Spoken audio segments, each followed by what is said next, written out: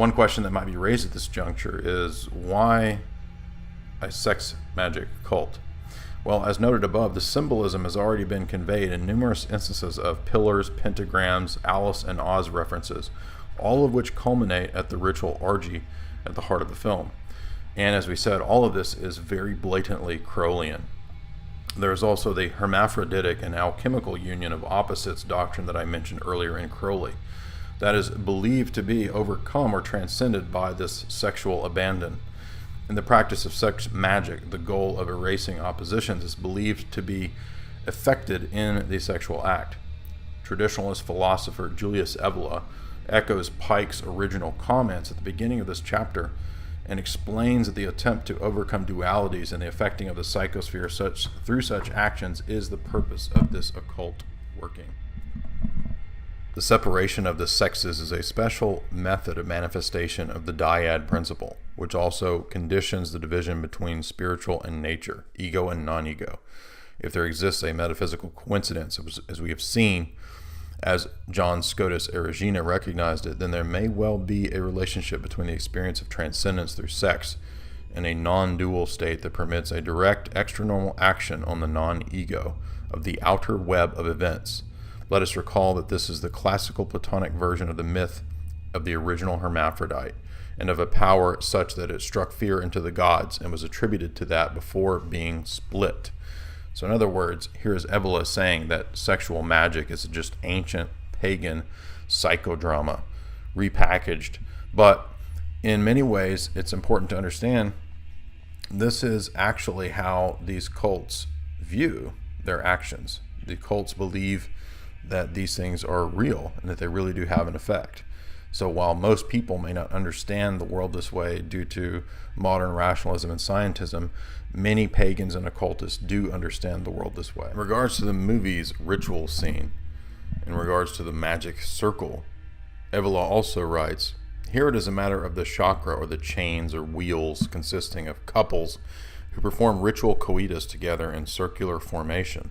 The middle of the circle is the lord of the wheel, together with his companions who officiate and direct this collective operation.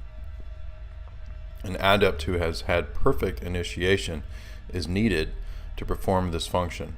Overall, this is a collective and partly orgiastic evocation of the goddess, the latent force within the group, a force now aroused to the realization of acts and visualization of images by the individual pairs, until a fluidic or, quote, psychic vortex is created and used in the operation.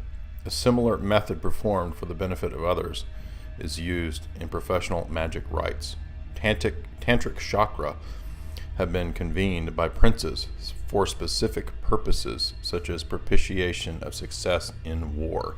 So this is the whole idea behind the pagan psychodrama, and this is the worldview of the elites, according to Stanley Kubrick.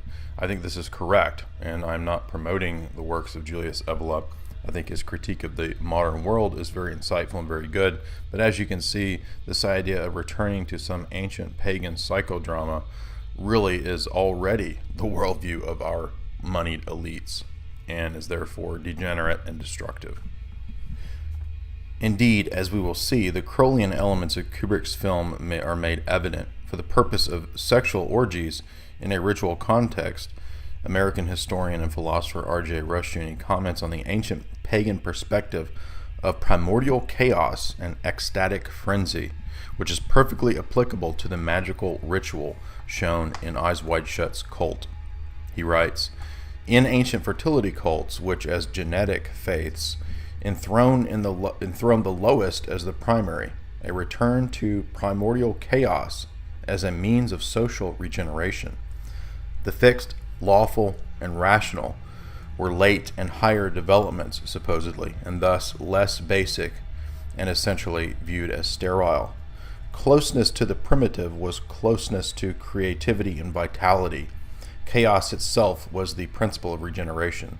Saturnalia, the primitive festival, its orgies and rituals involved the confusion in forms of incest, bestiality, and perversion, and were necessary rites as supposed means of social regeneration. In fact, the festival is present as a reenactment of the first days of the universe, or the creation myth or narrative. The Urzeit, the eminently creative era.